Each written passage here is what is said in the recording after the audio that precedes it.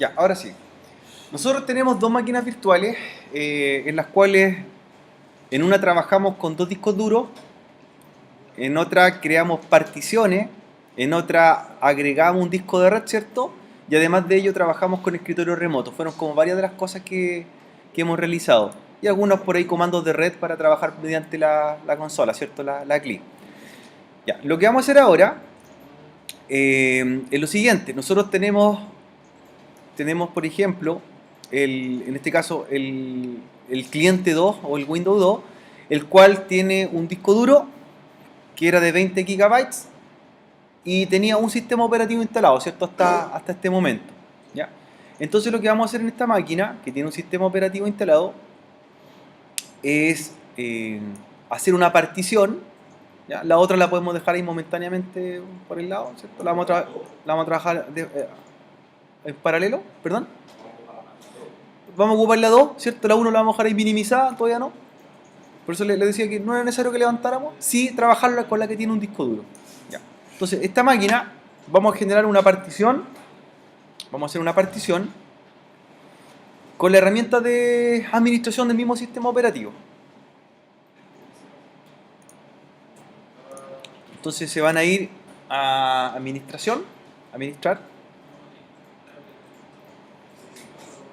administrar,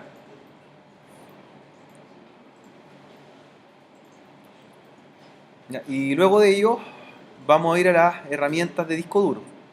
Botón derecho en equipo, administrar.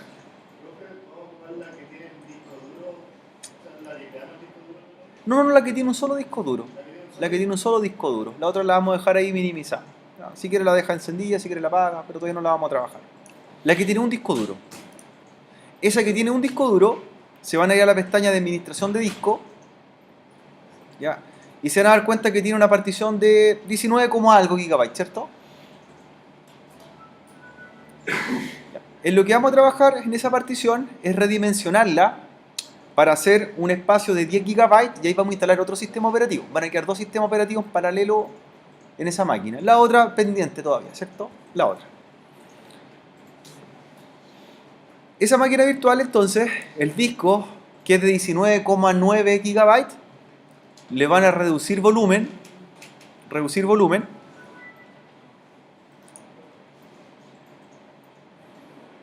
y lo van a dejar, ¿cierto? Van a hacer un volumen de 10 gigabytes.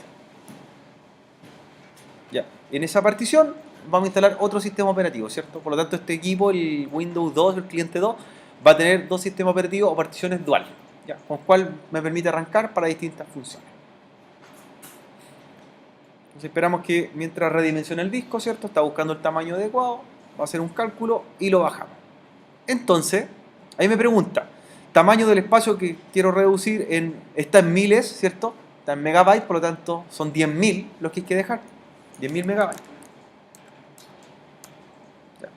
10.000 megabytes. Van a quedar 10, algo para el sistema operativo Windows que ya está instalado y 10, algo para Linux Ubuntu, ¿cierto? 10.000 aproximadamente. Entonces 10.000 megabytes y reduzco el volumen. Siempre cuando consideren ustedes instalar dos sistemas operativos, ¿cierto? El primer sistema operativo que se instala debería ser Windows y después otro.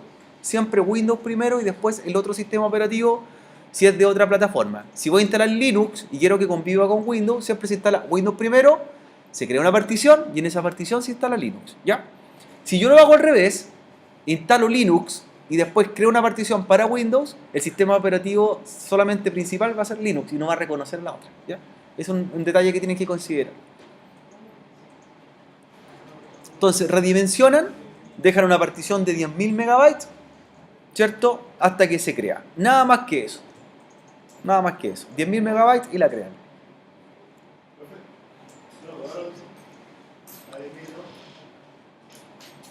La partición lista, simplemente apaguen la máquina, ¿ya? Apagarla. A la partición no se le hace nada, lo único que hicimos fue redimensionar el disco, que es un espacio disponible para trabajarlo después y hacer convivir los dos sistemas operativos. Recuerden que en esta partición que no está asignada, vamos a instalar Linux, ¿cierto? Vamos a instalar Linux. Así que la apagamos, simplemente la máquina, para hacer los cambios correspondientes para que podamos instalar el sistema operativo.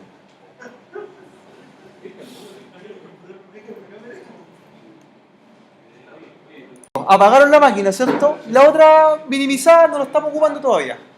Si quiere la apaga, si quiere no, la deja ahí. La deja mientras. ¿Qué vamos a hacer? ¿Qué cambios tenemos que hacer en la máquina virtual que tenemos hecha para poder trabajarla con tu sistema operativo? Lo primero es que se van a las configuraciones de la máquina virtual y le van a cambiar la tecnología, ¿cierto? La tecnología para trabajar, que va a ser de Windows 64 bits, ¿ya? 64 bits. Eso es lo primero que vamos a hacer. Windows 7 64 bits. Recuerden que va a aparecer que tiene Windows 7, pero en realidad van a haber dos sistemas operativos. ¿Ya? Segundo, van a cambiar en almacenamiento y van a montar sobre la unidad de CD la imagen ISO de Ubuntu. Entonces la van a buscar, Ubuntu Desktop 15.10 y 386. Acá, búsquela ahí. Ahí cárguela, busque su imagen del Ubuntu Desktop. Y lo carga a la bandeja. ¿Ya? Eso es lo primero que vamos a hacer. Y segundo, estas máquinas las vamos a trabajar en la red real. Por lo tanto, vamos a dejar de trabajar de modo red interna. ¿Ya? Vamos a dejar de trabajar red interna y la vamos a trabajar como adaptador puente. ¿Ya? ¿Cuál es la diferencia? Red interna la estamos trabajando dentro de nuestro PC, ¿cierto? Adaptador puente, como tarjeta de red, va a ocupar la tarjeta física del equipo anfitrión y por lo tanto por ahí va a salir a la red de datos. Entonces la cambio de adaptador puente, ¿ya? Adaptador puente, y selecciono con qué tarjeta me voy a conectar. Debería ser la tarjeta tipo Ethernet, ¿cierto? La Ethernet. Ethernet. Y permitir todo. Entonces adaptador puente, Ethernet.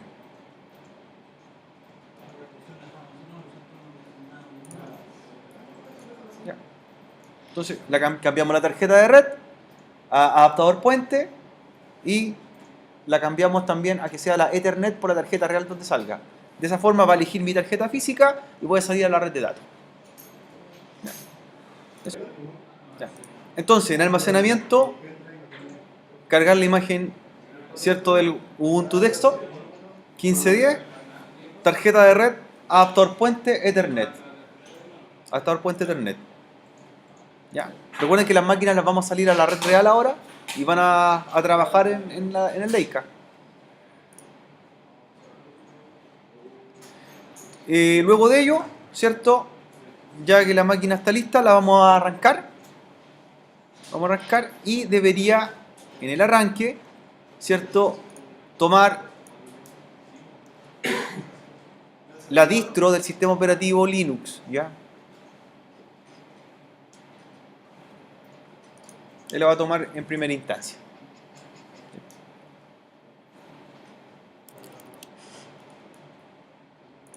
Ubuntu 15.10. Linux Ubuntu 15.10.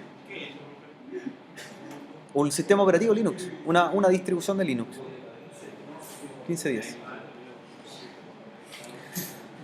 El sistema operativo Linux Ubuntu se caracteriza por ser una distribución de Linux bastante enfocada en el usuario común, ¿cierto? Tiene una interfaz gráfica bastante fácil de utilizar.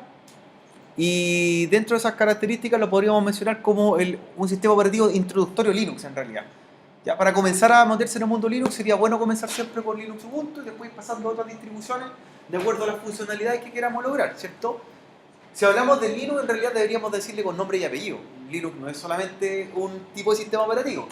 De hecho el nombre son GNU Linux. ¿Ya?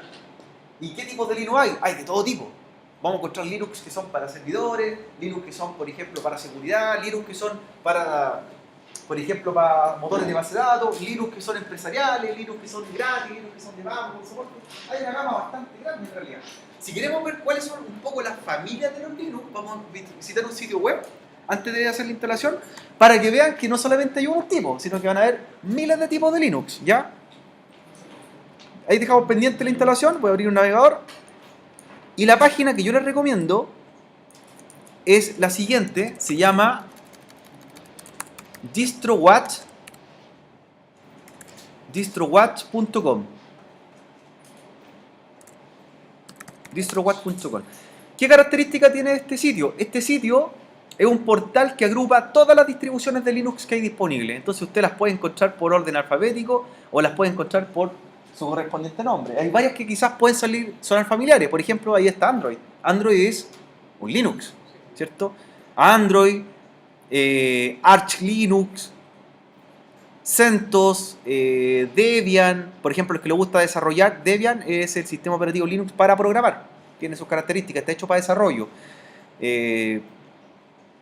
Elastic, que es una distro Linux para trabajar con telefonía IP, por ejemplo, centrales telefónicas. Así que se van a encontrar con mucho. Está Fedora también, que está instalado en los equipos acá, ¿cierto? En los equipos del laboratorio está Fedora Linux, ya Gentoo, SUSE, y hay una cantidad bastante grande de Linux. O sea, no es uno solo. Nosotros estamos ocupando uno de ellos, ¿cierto? Que es el Ubuntu Linux. Ya, Ubuntu Linux. Ya, ahí está, que sería ese, Ubuntu Linux. Que la característica que tiene es que tiene una interfaz gráfica bastante fácil de usar, ¿cierto? Por lo tanto, si usted quiere entrar a este mundo, sería bueno comenzar con Ubuntu Linux y después pasar a otra distro más avanzada. Por ejemplo, yo le recomendaría Debian, más adelante. Trabajar con Debian para trabajar ya programando.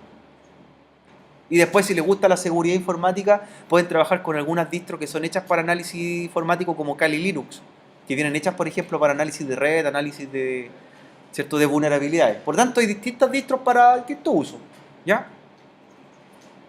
Yo el mejor consejo que les puedo dar cuando me preguntan cómo aprender Linux, úselo. Úselo, instale, haga máquinas virtuales, ¿cierto? Practique, entienda cómo funciona. No hay academias o cursos para enseñar a usar Linux, sino que usted tiene que aprender, ¿ya?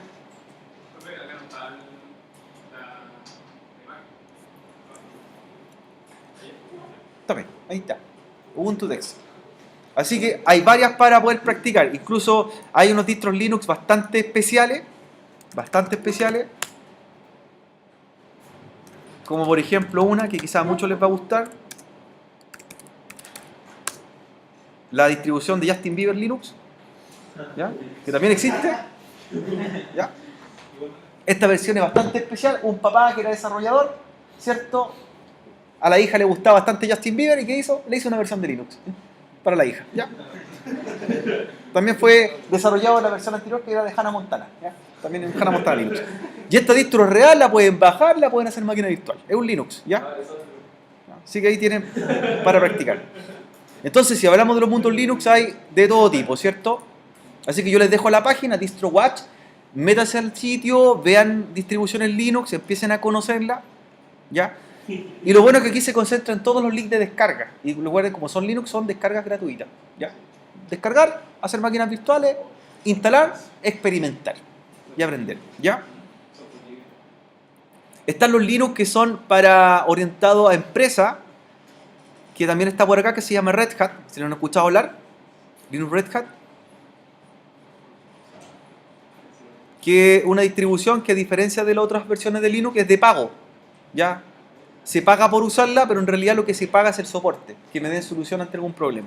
Y está pensado en el mercado en servidores. De hecho, ahí me explica que trabaja sobre IBM, sobre servidores, y es de tipo corporativa. La redistribución es gratis, pero el soporte es el que se paga. Yo pago por el soporte técnico. ¿Ya? Y ahí también están todas las versiones para bajar, incluyendo la última, que es la Linux 7.5, Red Hat, que fue o salió al mercado el 10 del 4, ¿cierto?, de 2018. ¿Ya? Después, cuando ustedes ya estén trabajando en desarrollo, por ejemplo, les recomiendo por acá Debian. Ahí está Linux Debian. Y también explica un poco la historia. Este es para desarrollar, para programar. Está hecho para programar este Linux. ¿Ya? Cualquier tipo de plataforma que sea open source. Yo puedo programar en Java, con NetBeans, con motores de base de datos como MySQL u otro. ¿Ya? Por acá está Ubuntu, ¿cierto? El sitio oficial. ¿Ya? Que también pueden sacar las últimas versiones si quieren verlas más adelante.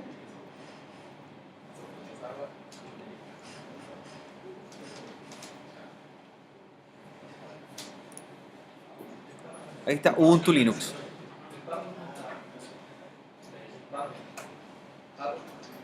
Debería estar, búsquenlo. Búscalo. ¿Ya?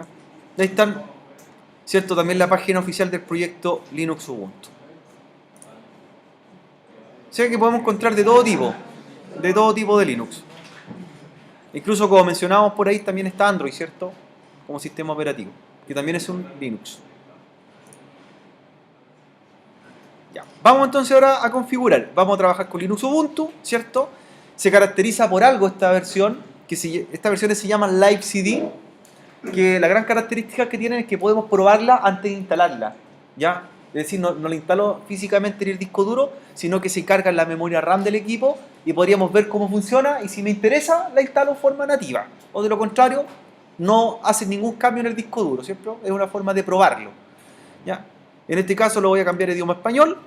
Ahí me da la opción de probar Ubuntu o instalar Ubuntu, ¿ya? Lo vamos a instalar, lo vamos en la partición que dejamos libre, ¿ya?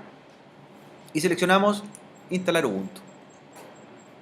Linux Ubuntu. ¿Ya? Lo que me va a pedir como requisito para la instalación es que por lo menos tener disco duro entre 7 u 8 GB. Nosotros tenemos particiones de 9 y 10 GB, así que estamos dentro del parámetro correcto. En el caso que estemos trabajando con un notebook, me pide que esté conectado a la toma corriente, que esté con un cargador y además que tenga una conexión a red de datos, a internet. La gran característica de los sistemas operativos Linux es que los paquetes de instalación o los software no se instalan mediante descargas que yo la pongo en un pendrive, sino que se descargan de la red.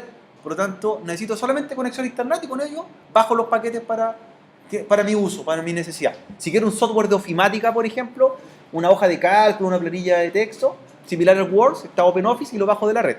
Si quiero un programa para comprimir archivos como WinRAR, también lo bajo de la red. Todo se baja desde la red. ¿Ya? Entonces, ¿qué necesita? Esencialmente, conexión a internet. Y eso permite que la instalación sea rápida. Técnicamente, en 6 minutos está instalado el sistema operativo. ¿Ya? Del resto es actualizar de la red e instalar lo que necesite. ¿Ya, chicos? Entonces, cumplimos con los requisitos. Tenemos el tamaño en disco duro necesario.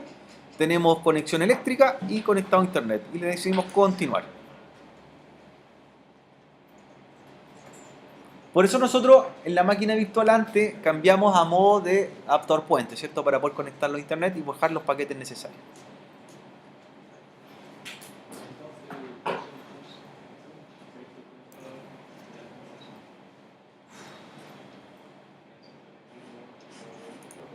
¿Qué nos pregunta el sistema operativo?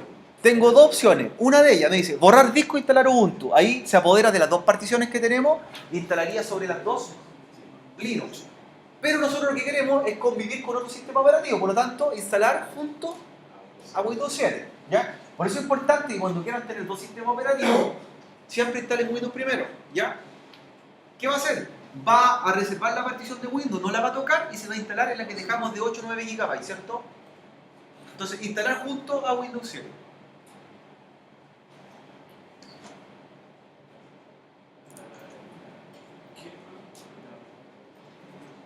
¿Ya? Me va a preguntar, ¿cierto? Cuando le digo instalar junto a Windows 7, me va a preguntar lo siguiente.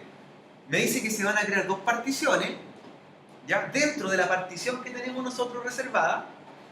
Una de ellas dice que es de tipo ext4, por lo tanto ahí se va a instalar el sistema operativo, pero hay otra que me dice que es una partición de intercambio.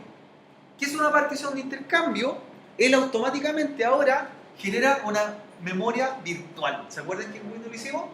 Esa partición de intercambio en inglés se llama partición swap. ¿Y para qué servía? ¿Qué es lo que está haciendo ahí?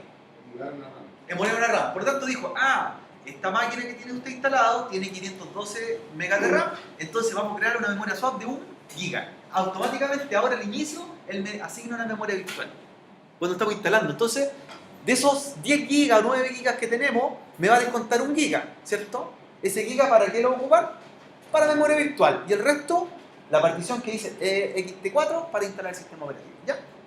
Nosotros cuando lo hicimos en Windows tuvimos que hacerlo manual, ¿se acuerdan?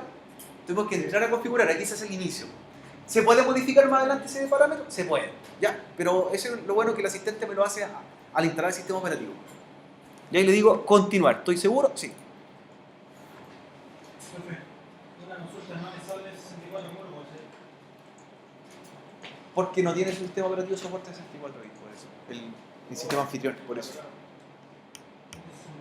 Pero no soporta el 64, no está activado, por eso. No está activado. Pero tiene que activarlo en la BIOS, por eso. En el BIOS. Activar virtualización, por eso. No está activado. Ahí tiene que apagarlo, entrar al BIOS y activar 64 bits. Por eso. Por eso no le aparece en máquina de 64 bits.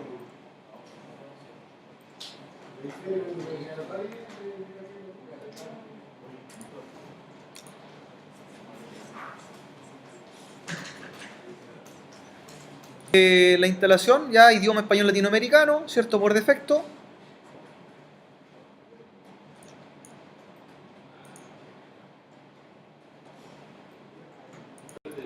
Y luego viene la creación de la cuenta. ¿Ya?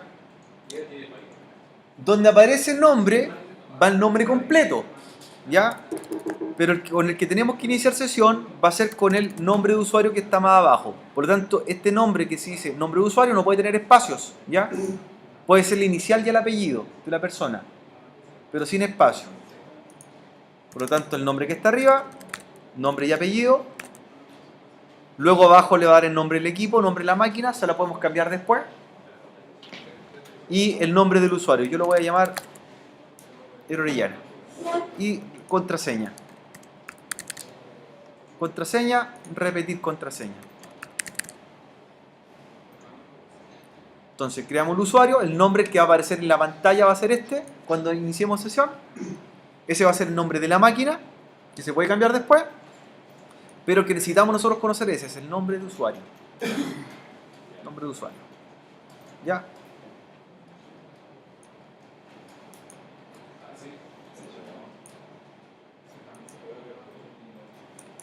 Y continuamos con la instalación.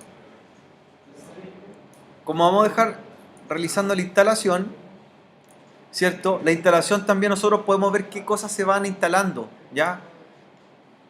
No solamente que me aparezca con la interfaz gráfica y me explicando qué hace el sistema operativo, sino que también poder pinchar la pestaña donde dice copiando archivo y se abre una terminal abajo y me dice qué es lo que se va instalando en la máquina, ¿ya? Ahí está. Yo pincho ahí, despliego y me salen todos los paquetes o repositorios de instalación. Ya, para que los que terminaron de instalar, ¿cierto? Después les pide reiniciar el sistema operativo y es importante que verifiquen que no quede el disco instalado en la bandeja del CD de la máquina virtual. O si no, nuevamente cada vez que arranque va a hacer el proceso de instalación. ¿Ya? ¿Qué es lo que se instala?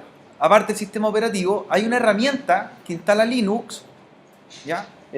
Dentro de las particiones, que se llama gestor de arranque. Un gestor de arranque. ¿Qué es el gestor de arranque? Hay varios tipos de gestor de arranque, de acuerdo a la distribución en Linux. Los más populares está uno que se llama Lilo, y nosotros estamos trabajando uno que se llama Group, el que se instala en este caso con Ubuntu. Y el gestor de arranque es el que encuentra las particiones para saber qué sistema operativo tengo instalado. Entonces, ¿qué hace? El Group, cuando inicia nuestro sistema operativo, dice, usted tiene una partición donde está instalado Windows 7 y lo más probable es que esa partición sea del sistema de archivo NTFS. Y también dice, usted tiene otra partición donde está instalado Linux, en este caso Ubuntu, y es de tipo XT34. Entonces, me permite decir, ¿con qué arranco? ¿Con uno o con el otro? Yo puedo tener dos sistemas operativos Linux, dos Windows, los que yo quiera, ¿cierto? En este caso es uno y uno. ¿Máximo cuántos son? 4 sistemas operativos puedo tener, ¿ya? Y esa es la herramienta, el gestor de arranque, cuando usted inicia le dice con cuál arranca, ¿cierto? Aparece un listado de sistemas operativos y me permite preguntar cuál. En el equipo de Leica también está instalado un gestor de arranque, ¿cierto? Y dice que arranca con Windows 10 o con Fedora, ¿cierto? Cuando inician las máquinas, ese es el gestor de arranque. Así que vamos a iniciar nosotros y cuando arranca la máquina también le permite preguntar con cuál quiere iniciar sesión. ¿Con Linux o con Windows? ¿Ya? El gestor de arranque nosotros los podemos configurar, por ejemplo, para decidir cuánto tiempo me dejan espera, cuántos segundos para arrancar con un sistema operativo, si son 10 segundos, 20, 30, ¿ya? Así que hace varias herramientas. Ese es el gestor de arranque, es el grupo, ¿cierto? Ahí está el listado de sistema operativo instalado, Ubuntu y Windows. Vamos a trabajar con Ubuntu en esta ocasión, ¿ya?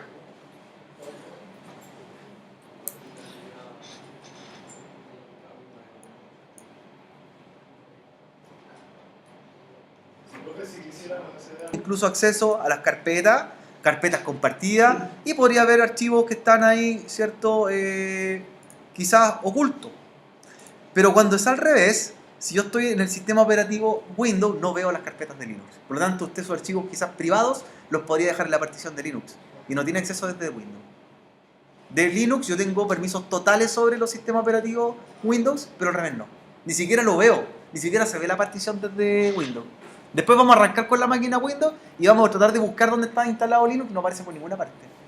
Pero sí de Windows veo sí de Linux veo las carpetas, sí 32, la de usuario, la del escritorio, veo todo.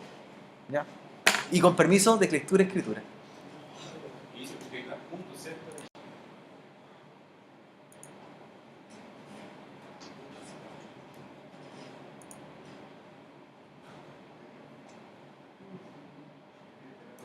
Entonces voy a arrancar la máquina que tiene partición dual.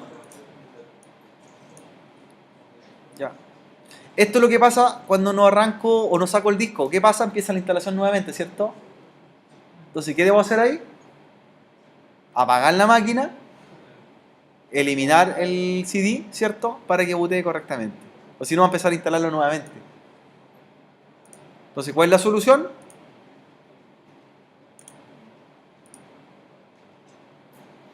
¿Cierto? En la máquina virtual, desmontar el ISO, ¿cierto? Y quede vacía. De ahí sí puedo iniciar la máquina virtual y que me pregunte con qué sistema operativo arrancar. Chicos, ahí está el group. Esta es la herramienta group o gestor de arranque. ¿Qué es lo que hace? ¿Cierto? Tiene una selección donde apunta a cada partición. Por lo tanto, aquí está particionando o está apuntando a la partición NTFS si quisiera arrancar con Windows, y más arriba está apuntando a la partición XT4, que es la de Linux. Listo, y arranco con Linux esta vez. ¿Ya? La opción avanzada son herramientas de recuperación si tiene problemas el grupo o el sistema operativo. Para entrar directamente por consola. Yo puedo recuperar los archivos en caso que se dañaron algo, o quiero hacer una reinstalación de los sistemas operativos que están actualmente instalados. ¿Ya? Incluso esa línea del grupo yo la puedo editar y solamente dejar dos líneas, la que diga Windows y Linux, y el resto borrarlas para que no confundirme también. Se puede hacer. Se puede hacer. Ya, una vez que arranca la máquina, ¿cierto? Ya tengo una cuenta creada, que fue la que hicimos en la instalación del sistema operativo. Y vamos a arrancar. Vamos a iniciar sesión.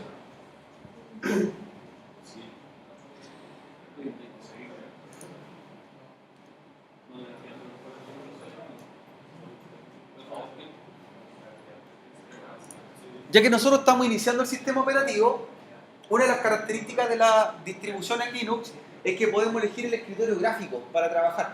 ¿Ya? Hay dos escritorios de varios en los cuales tienen herramientas o diseños distintos.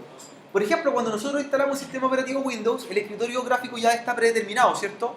Por ejemplo, en el caso de Windows XP se llamaba Luna, en el caso de Windows Vista y Windows 7 se llamaba Aero, en el caso de Windows 8 y Windows 10 se llama Metro, ¿cierto?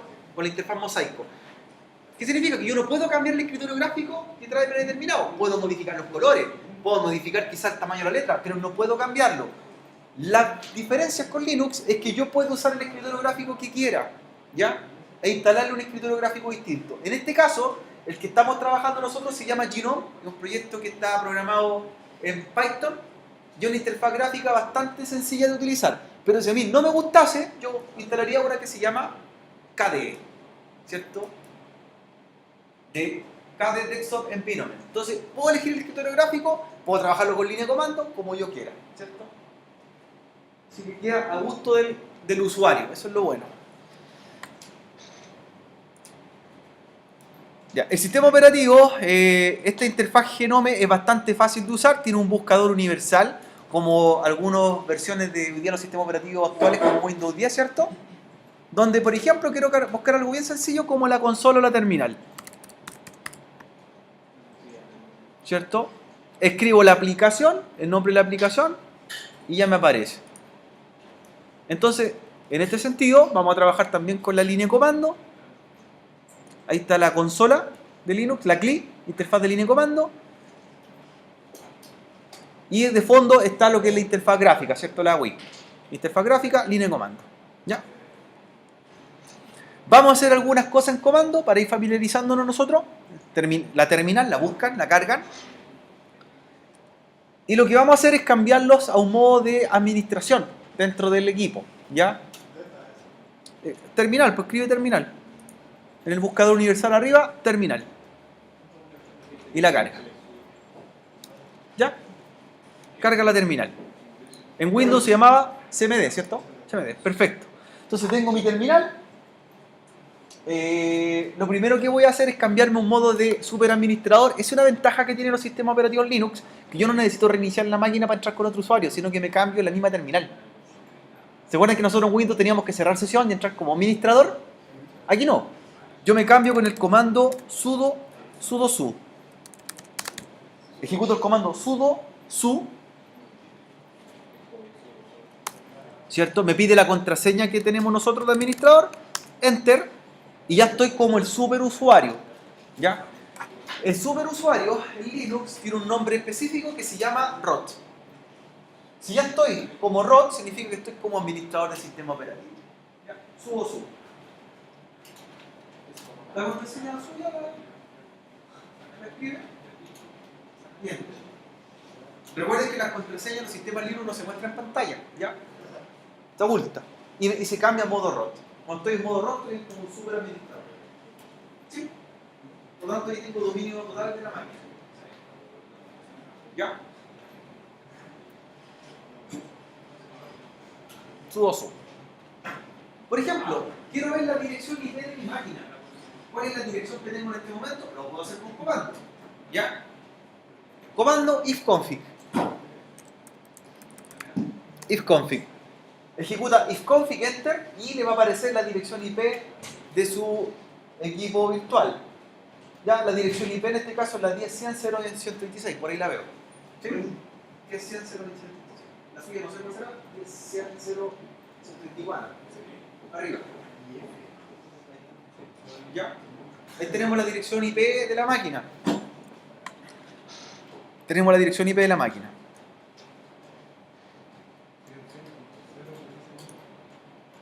¿Ya? Entonces, tenemos la dirección IP de la máquina. Estamos como modo root. Además de ello, ¿cierto? Podemos ver los archivos de Windows desde acá. Recuerden que en esta misma máquina hay dos sistemas operativos. ¿Cómo los busco? ¿Ya? Me voy a la segunda pestaña que dice archivo, a la interfaz de Linux, ¿ya?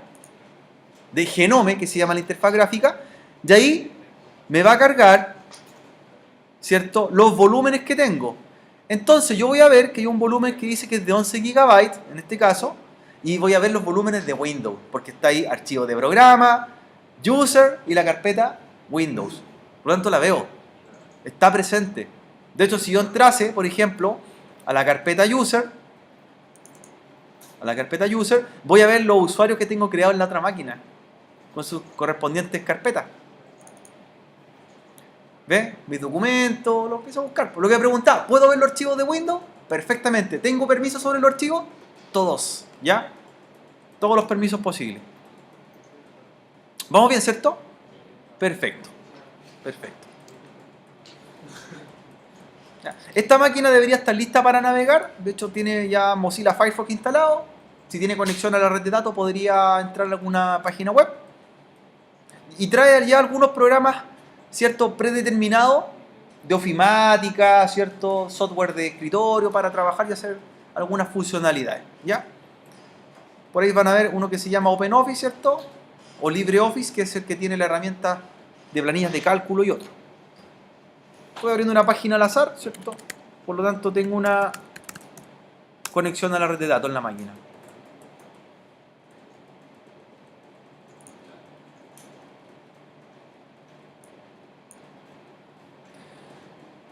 Vamos bien, ¿cierto? ¿Sí? Vamos bien. Vamos bien.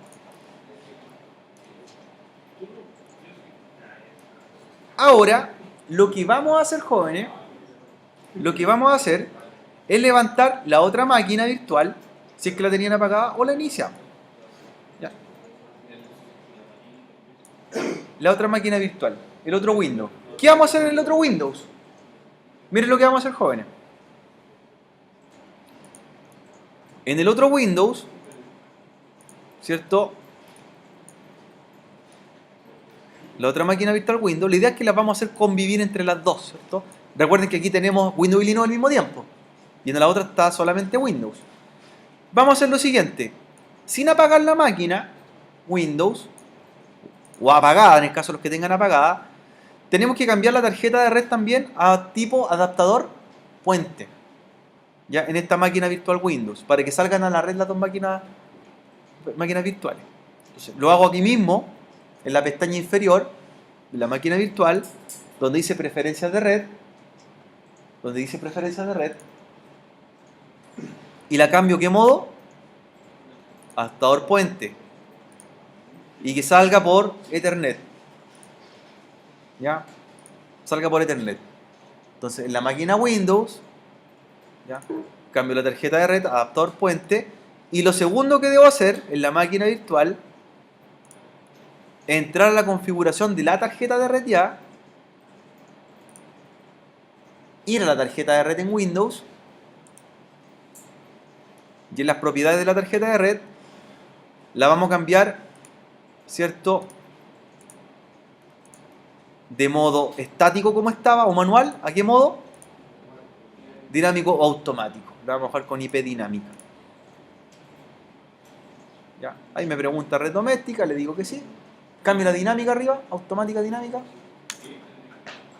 ¿Ya? Y la vamos a dejar en modo dinámico. Esta máquina debería también conectarse a la red doméstica arriba. Doméstica. De hecho, usted abre el navegador web y debería navegar la máquina, igual que la máquina Linux. Dinámica.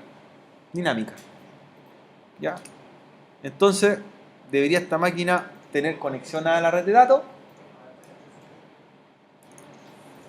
De hecho, voy a comprobar. Y esta máquina también está navegando. Cancela ahí, cancela la... Eso.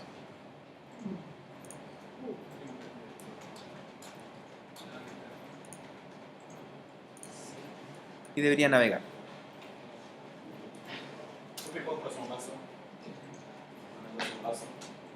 Perdón, no te entendí. El último taller de ahí terminamos hoy. ¿Cómo activo el escritorio remoto en esta máquina? ¿Qué se hacía? ¿Cómo permito que sea controlada remotamente?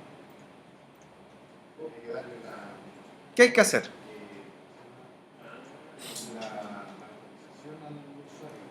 Eso, primero, ¿cierto? Al usuario le debo decir que pertenezca al grupo usuarios de escritorio remoto. Eso es lo primero.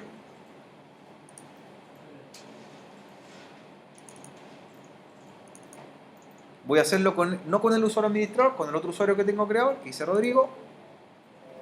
Las propiedades. ¿Cierto? Voy a miembro de, donde están los grupos. Y ahí está, dice usuario de escritorio remoto. Ya te pertenece. Eso es un punto a favor. De lo contrario, debo agregarlo, ¿cierto? Y segundo, ¿cómo habilitaba el acceso remoto?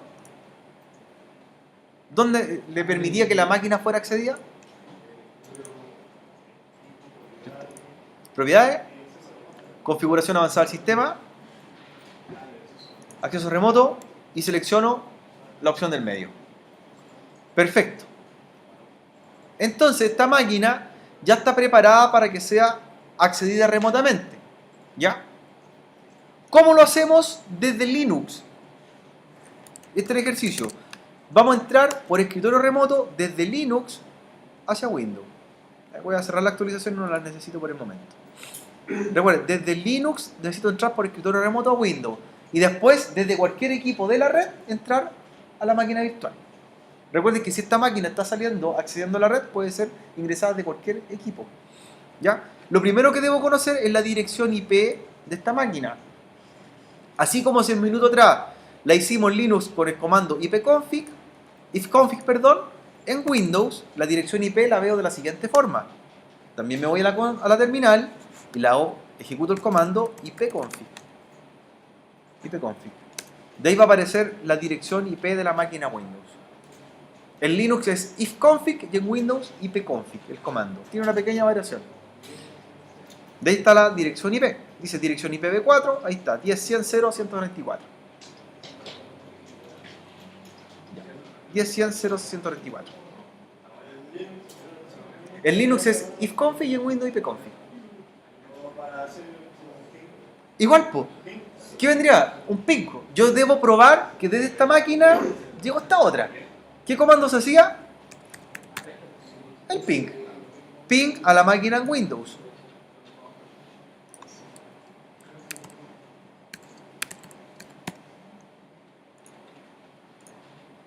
¿Y el IP? Ping el IP de la máquina Windows, exacto. De ahí debería ser un ping, ¿cierto? Que queda en forma continua.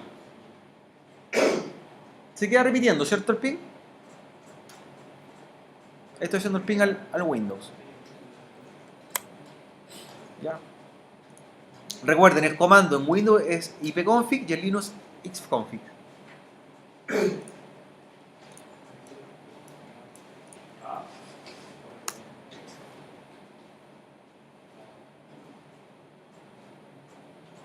¿Bastián? ¿Sí? ¿La hace ping del Linux al Windows? ¿Está conectado ya? Perfecto.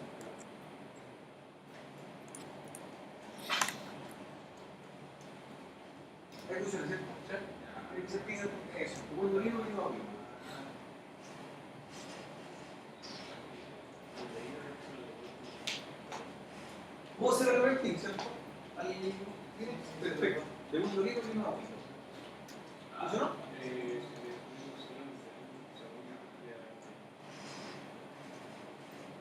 ¿Bajo los puestos fórmula?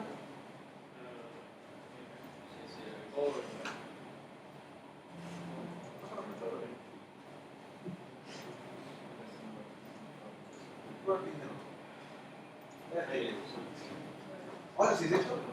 Windows Linux y no Windows. ¿Cuál se separa?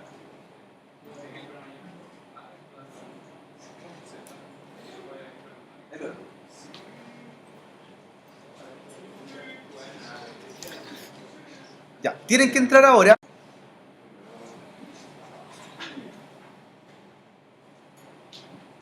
Ahí se conecta ya. Perfecto.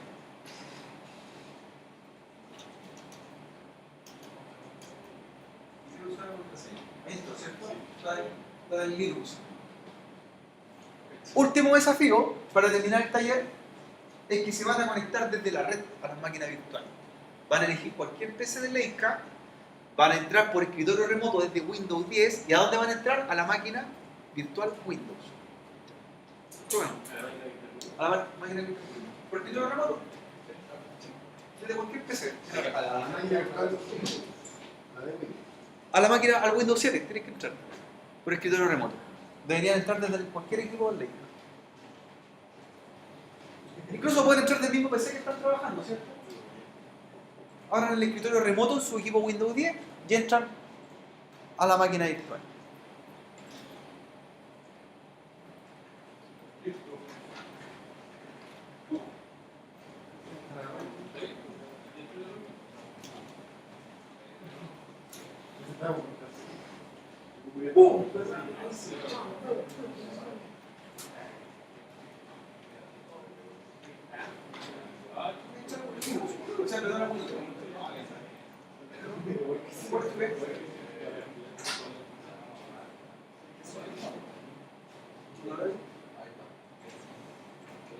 Y entra.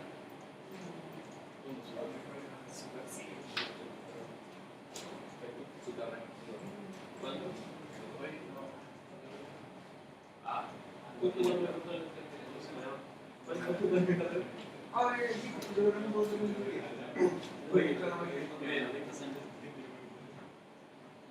O de cualquier equipo de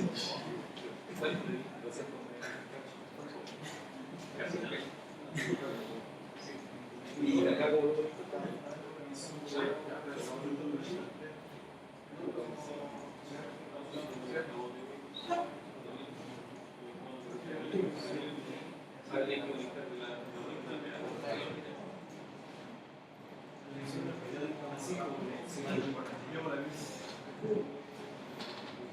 acá es el nuevo inicio.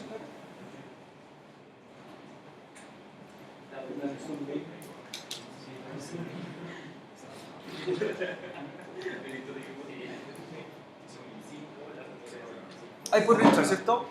Desde la red también, de otro PC puede entrar a la máquina. PC de la red. Remotamente, la máquina.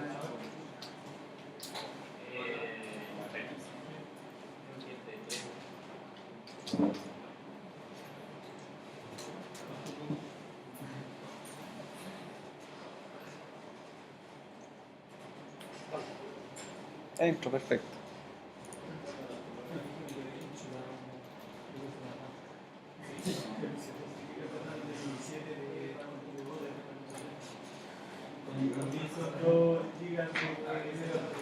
Ya, lo último que vamos a hacer, ya para terminar, ahora reinician la máquina Linux, la reinician en Windows, ¿cierto? Y traten de buscar los archivos de Linux, si pueden ver las carpetas.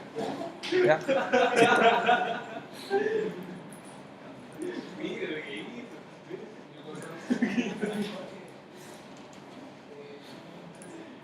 Entonces reinician la máquina Linux, reinician con Windows 7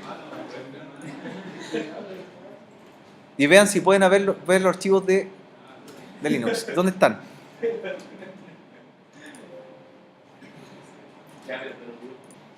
Ya arrancan con Windows.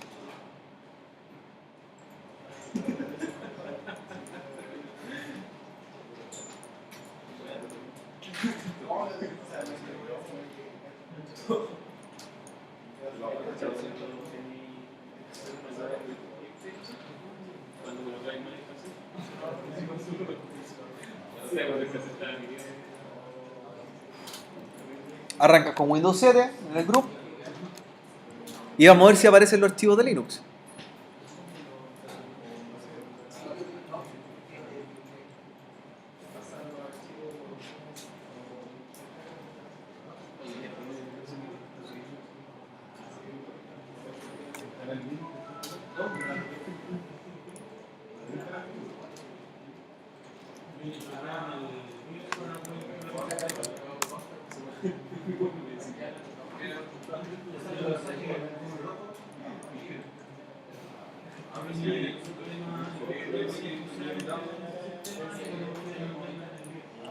¿En qué parte ven la partición Linux? ¿Dónde está?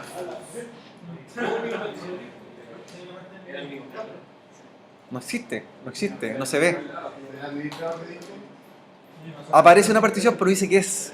No dice que es. Pero yo no puedo ver los archivos. Yo de una partición Linux XT4 puedo ver a NTFS, pero de NTFS no puedo ver la XT4. Por lo tanto, sé que ahí está, pero no sé en qué parte. Claro. De cierta forma los archivos quedan privados, ¿cierto? Quedan en otra partición distinta. De hecho, si quiero ver con el administrador de disco, va a salir solamente la partición hecha, pero no dice qué sistema de archivo es. Ahí está, administración de disco.